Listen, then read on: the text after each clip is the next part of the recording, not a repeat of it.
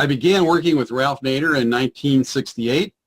At the peak, we had several hundred Naider's Raiders, and this was the day we appeared on Capitol Hill and did a great job of intimidating the media, supposedly. What intrigued me about him when I studied him, because I was assigned a job in law school of studying Ralph Naider in a class I had, was that while he was known publicly as a auto safety crusader, he was in fact arguing for corporate responsibility.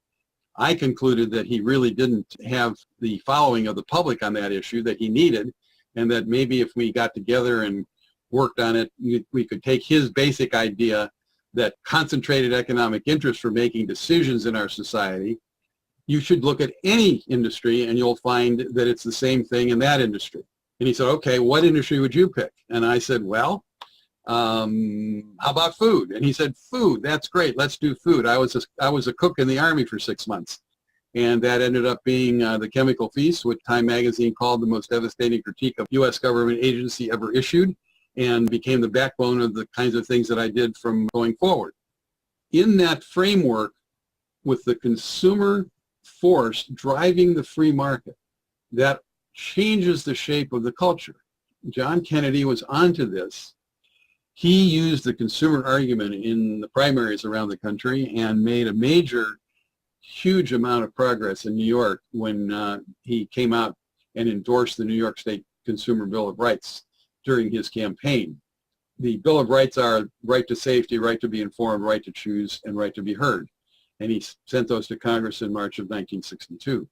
He had chosen a consumer affairs advisor in the White House, Esther Peterson, and she took that job under Johnson, and much of what we know of the consumer movement in the late 60s stems directly from that office in the White House. Nixon continued that office with Virginia Nauer. Those ideas were very important, and much of the success that was done politically for the rights of individuals at that time, including many things that grew out of civil rights, were traceable back to the notion of the consumer playing a role in the American political system. Another issue I got involved in was the swine flu vaccine in 1976. I had been contacted by the former Secretary of Health and Human Services, John Gardner, saying something bad was going on about vaccines. The flu vaccine is highly hyped at best. The flu vaccine is not particularly effective, and it's not really all that useful.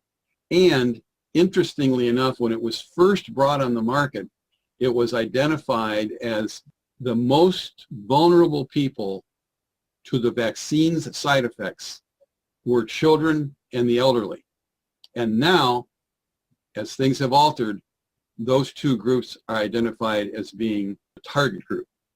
This swine flu thing emerged, and we continued to move the ball forward and argue that it was not proper. Ended up with the U.S. government trying to inoculate 200 million people and having to withdraw the program after 49 million were inoculated.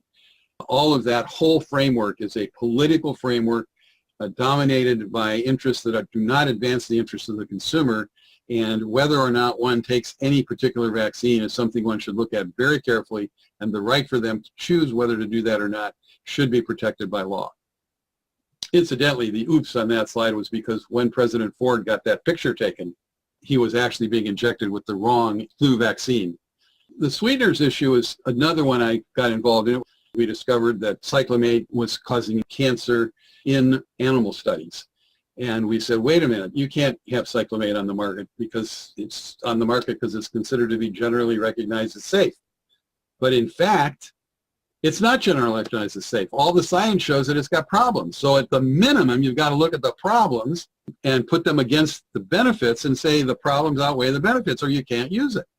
When that got on the evening news on NBC and CBS at the same night, it caused a huge stir, and the Secretary of Health and Human Services made a public announcement to take it off the market. And he said, I'm taking it off the market until it can be proven to be safe under the law. They've come back to FDA 3 times and tried to get it approved, and it did not get approved. My point here is that if you use the system effectively and use the law effectively and force the interests to have their feet held to the fire, you can often win the battle in a consistent, long-standing way. In the dental choice situation, we had a battle going on in which we had consumers wanted to choose mercury-free dentistry, that is no mercury fillings. They wanted to choose to not have fluoride in their teeth. They wanted to choose to have cavitation. They wanted to choose to address all of these health issues and several other dental issues. Every one of those areas had a battle going on where there were activists saying you should have the right for mercury-free dentistry. You should not have to be forced to take fluoride. You should not be told that cavitations are not real. You should not have root canals done as routinely as they're done. But they were all separate activities. On the losing side of most of those issues, well, we created Consumers for Dental Choice to bring those people all together in a one battle, which was the battle to allow consumers to make the choice for what kind of dentistry they wanted to have.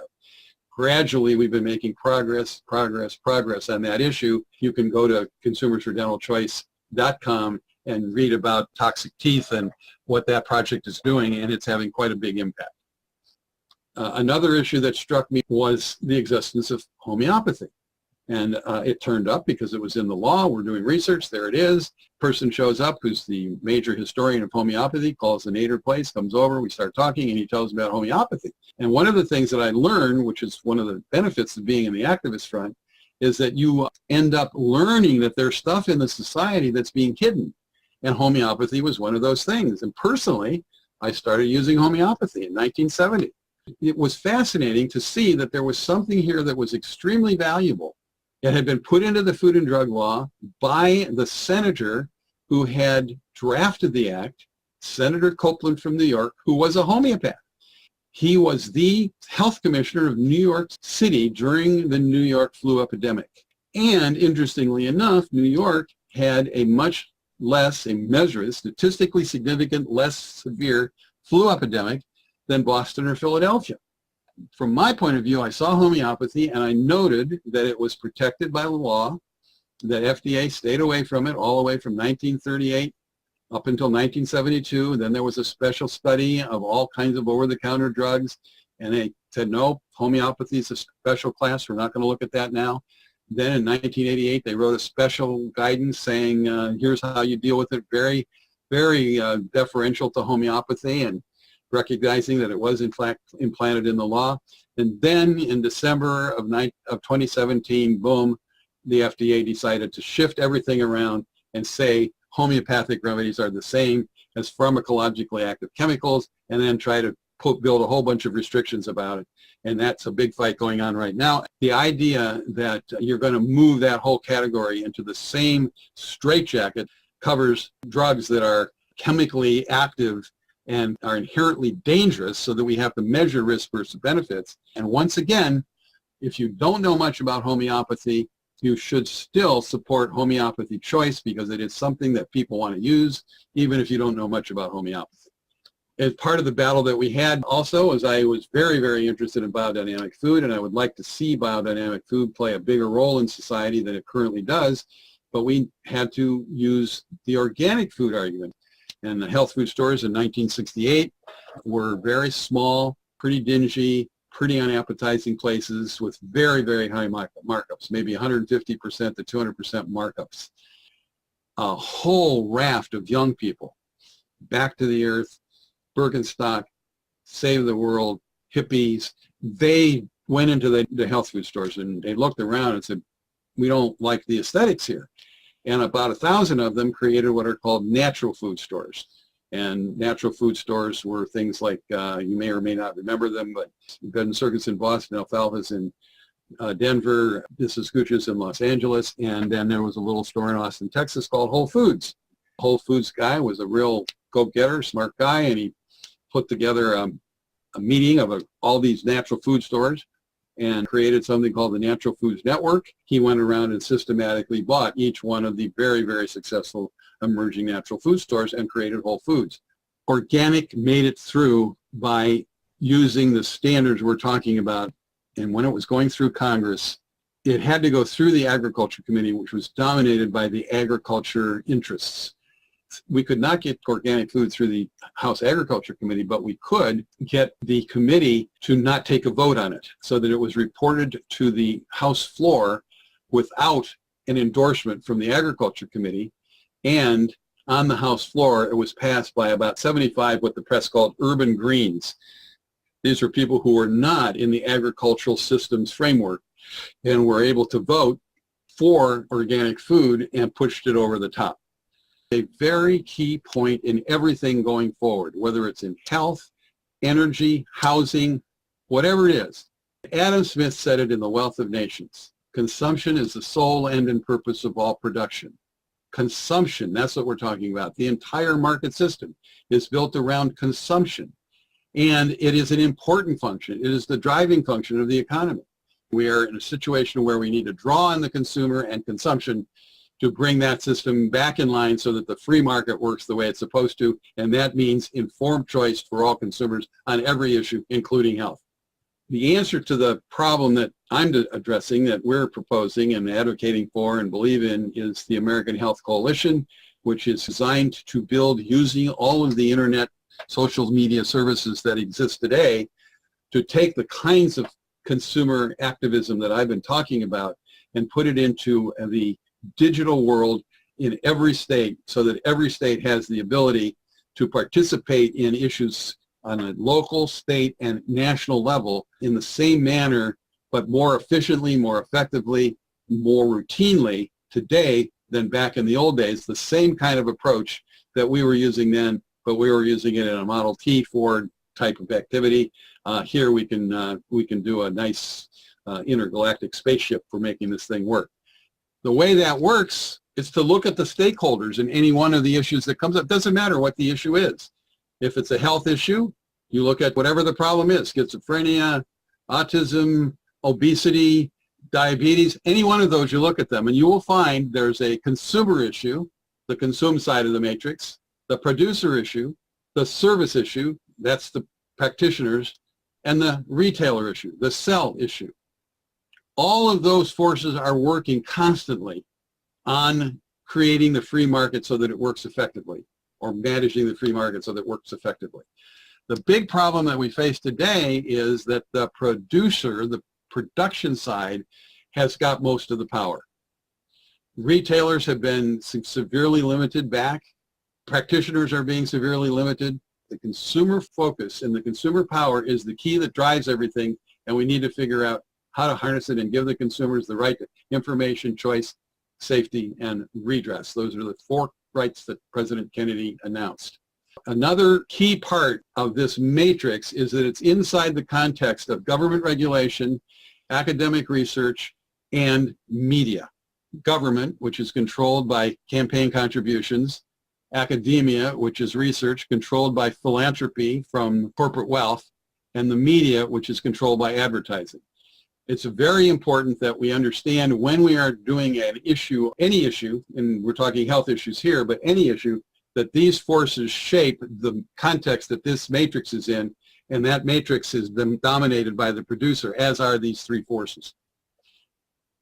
In order to succeed in being a voice in balancing the situation so that we have the kind of market that we profess to have and that we believe works, that is a free market that's based on informed information for consumers so they can make informed choices, it's a consumer-driven situation.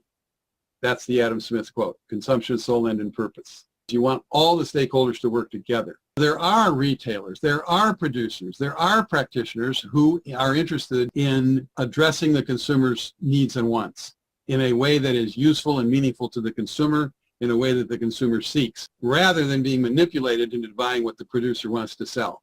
And then you can draw on the framework that was put into place by the National Consumers League in the 1890s, and they said, first, you needed to investigate, find out what the facts are. And the general counsel of the National Consumers League at that time was Brandeis, who became a Supreme Court justice, and he created something called the Brandeis Brief, which was a brief that was all facts, and then he put a 1 or 2 page piece on front of it, which was the argument of law, and said, look, these facts make the story to be what it is, and won case after case on behalf of the Consumers League.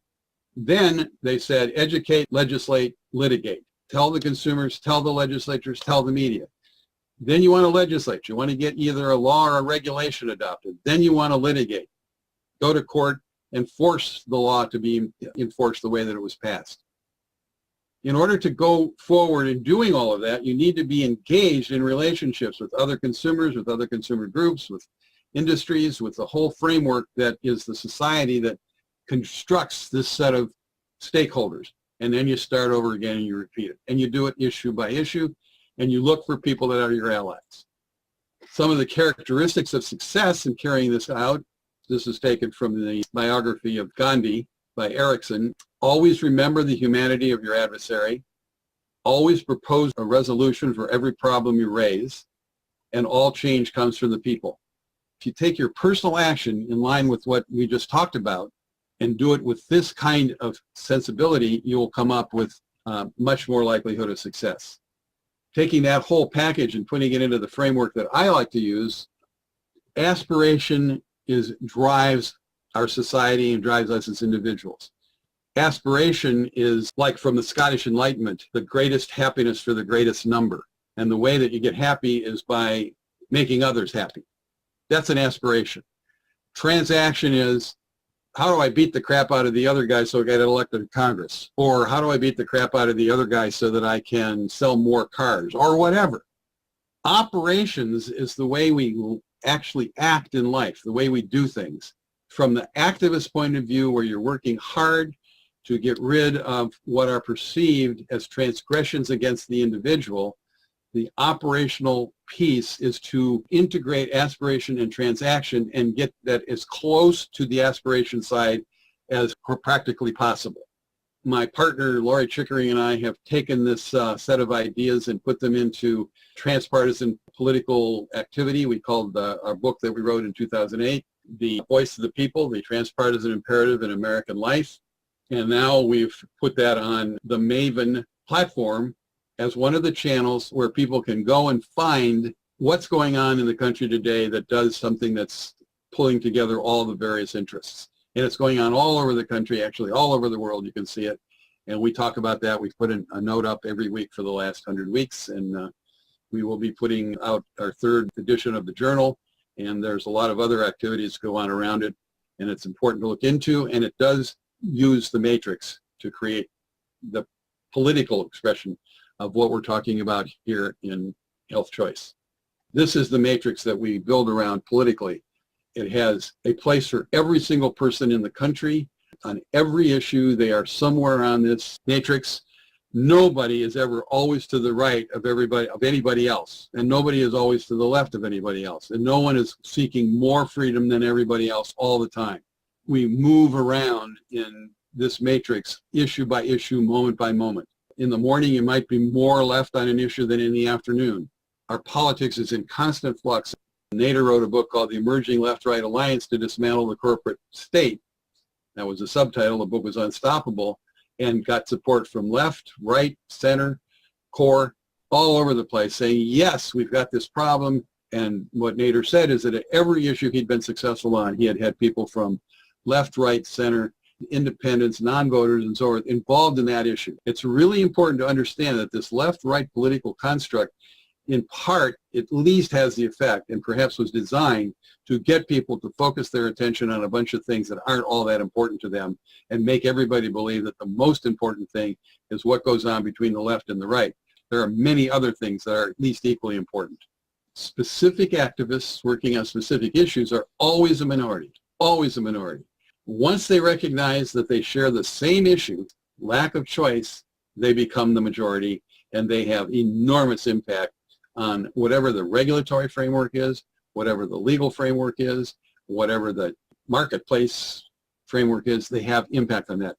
When you have the system beginning to work for you, then all of the vested interests draw on their structural power, their transactional power, and try to stop you in various ways.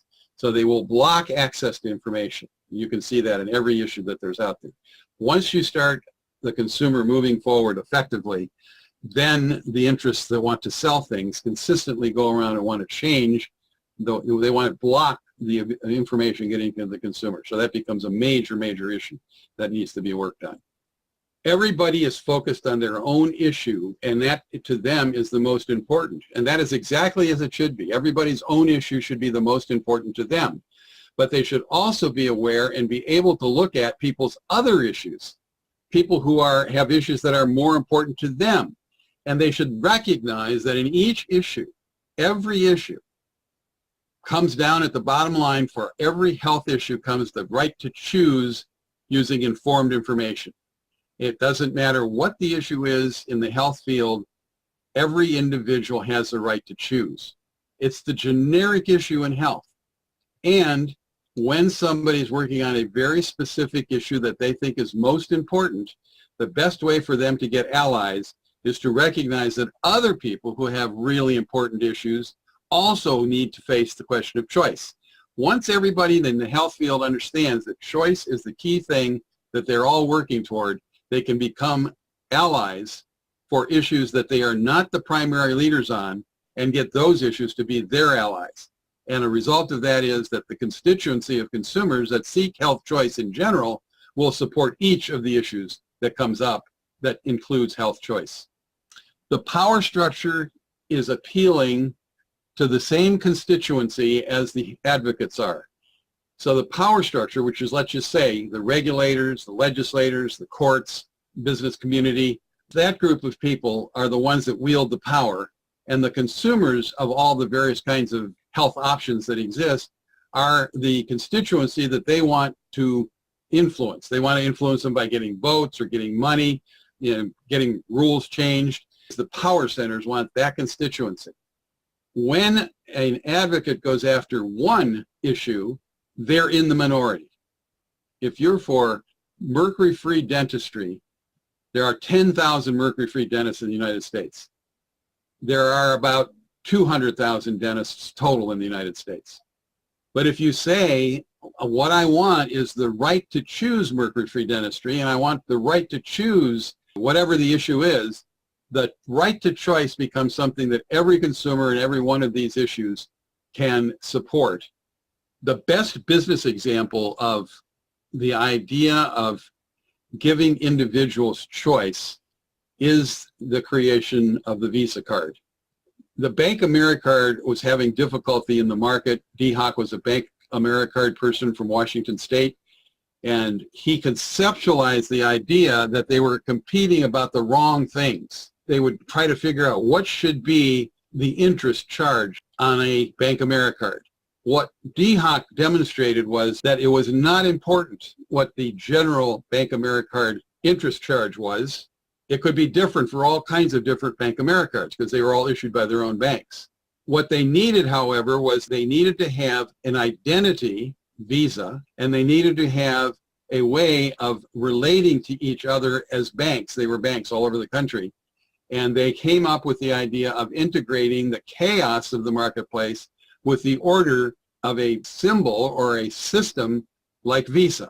However, the important point is that from the standpoint of what we're talking about, the whole system became the first trillion-dollar company in American history. That now is being built upon by the emergence of blockchain. Blockchain creates every person who has their own individual identity. It is an unhackable identity that allows them to do all kinds of things that they can do now in the social media, online, cyber world that is tied directly to their identity. It really takes the whole premise of creating a credit card, Visa card, for an individual to use, which is a personal specific identity for that card. It takes that and multiplies it out so that every individual can have their identity inside their unhackable, uncapturable identity in cyberspace and social media in a way that they can move around, do things and so forth, and become much more influential in their own specific space. And then collectively, they become influential across the entire society. And the first expression of that is with the Bitcoin, cyber money, basically. Once the Bitcoins are created, then they go through the regular kind of market frameworks of ups and downs and so forth. But the underlying premise doesn't change. It's an unhackable individual identity. Whatever the issue is, the right to choice becomes something that every consumer in every one of these issues can support. And all of a sudden, when you join them all together, the people who are the activists and the constituency behind the activists become the majority. And the power centers now have to pay attention. The power centers, whether they're regulators, legislators, courts, corporate producers, whatever the power center is, has to pay attention to consumers who have really recognized that all the consumer activist groups that are working to reform or improve the area they're working in can be supported by all the others who are seeking health choice as well.